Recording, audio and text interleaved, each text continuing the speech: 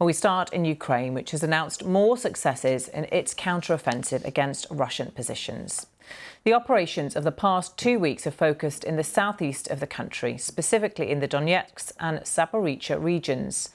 In Donetsk, Ukraine has been pushing on the flanks around Bakhmut and, as was announced last week, they've also been making progress, taking a number of small villages south of Velika Zoviska. Officials say Ukraine is working on attacking lines in the directions of Berdyansk and also Melitopol and have taken further ground, including the village of Plataya Hatki in Zaporizhzhia, heading towards the Russian-occupied town of Tokmak. A BBC team joined a Ukrainian army brigade as they sought to push eastwards beyond the recently regained village of Blahodatne. Our correspondent Quentin Somerville reports near Blahodatne. On a hot day east of Blahodatne, the Ukrainian attack begins.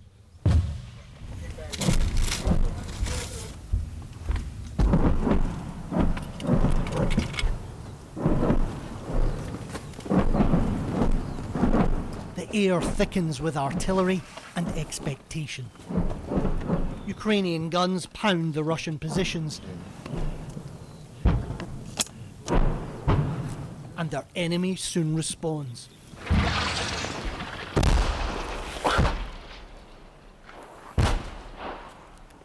But it's a miss.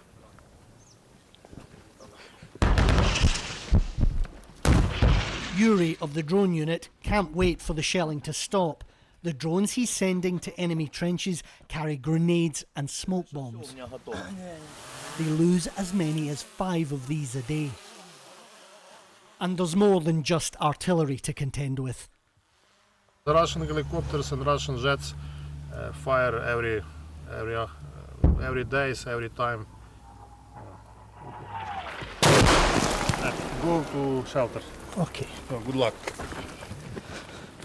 I just illustrated that point very well, that one of the big advantages that the Russians have over the Ukrainians is air power.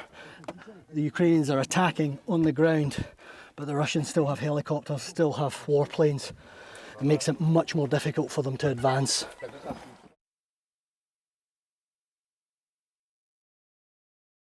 Joins me now from Dnipro. Quentin, welcome to you. What's your assessment of what we're seeing right now? Is this the main offensive, or do you think these are more like probing attacks? I think the main offensive is still some way away. That little section that you just played, we were on one tiny part of the front south of Velika Novoselka, outside the village of Blahodatne, and the Ukrainians that day were successful. They were attacking some Russian trenches, laying down smoke grenades. Their infantry vehicles, armoured infantry vehicles, were crossing minefields and attacking those Russian positions. It was a win for them that day, but very, very small in the grand scheme of things. And when we were on the ground there, we got a real sense of the fierceness of the fighting. We saw lots of Russian corpses, a number of destroyed Ukrainian American-built armoured vehicles, and the Ukrainian troops we spoke to said that they'd taken a lot of casualties too. Really what Ukraine's attempting at the moment is it has a number of these points where it's attacking Russian positions, as you mentioned in your introduction, in the east, in the southeast, and a bit further along.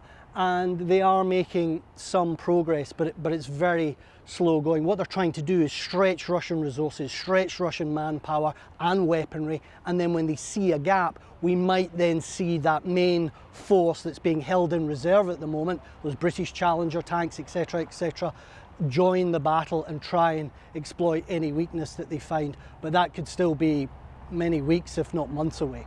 And Quentin, you were embedded there with the Ukrainian army brigade, weren't you, to get access? How much of a balanced picture do you feel you're actually getting when you're in that kind of situation, when you're embedded with soldiers, Ukrainian soldiers? I think whether you're embedded with Ukrainian soldiers, Afghan soldiers, if you're in Syria or Iraq, you always have to take a step back, because you're always looking at a very, very small, a postage stamp part of the picture, really. And it's impossible to extrapolate how an offensive is going, how a war is going for that. So you always have to bear that in mind. Of course, we can get access to the Russian positions, but we constantly look at the big picture and reporting and social media, Telegram, etc., for updates from the alternative point of view, how the Russians are viewing how the offensive is going. But it's really invaluable and very rare too to be able to spend time on the ground in the trenches while an assault is going on in the midst of this massive counter-offensive. Quentin, analysts say, of course, what will determine the outcome of this war is which side can keep going the longest. And with that in mind, what are you seeing on the ground about the equipment that's available and what's coming through? Not just who can keep going the longest, really in this counter-offensive, it's also about who can go the fastest. Can the Ukrainians build a momentum that allows them to, when they find that Russian weakness, to be able to exploit it? Because remember, let's try and remember what they're doing. In the south of the country, Russian troops have occupied a large area, a land bridge, and Ukrainian forces are trying to get down there and split those Russian forces so that they can get closer to the Sea of Azov and to Crimea. In terms of weaponry, in terms of kit, as I mentioned earlier, we saw a number of destroyed US-built mine-resistant armoured vehicles, which the infantry used to attack. The Russians had taken them out, and were still, while we were there, dropping grenades on them from drones. We were warned, don't spend any time near them, the Russians are still hitting them.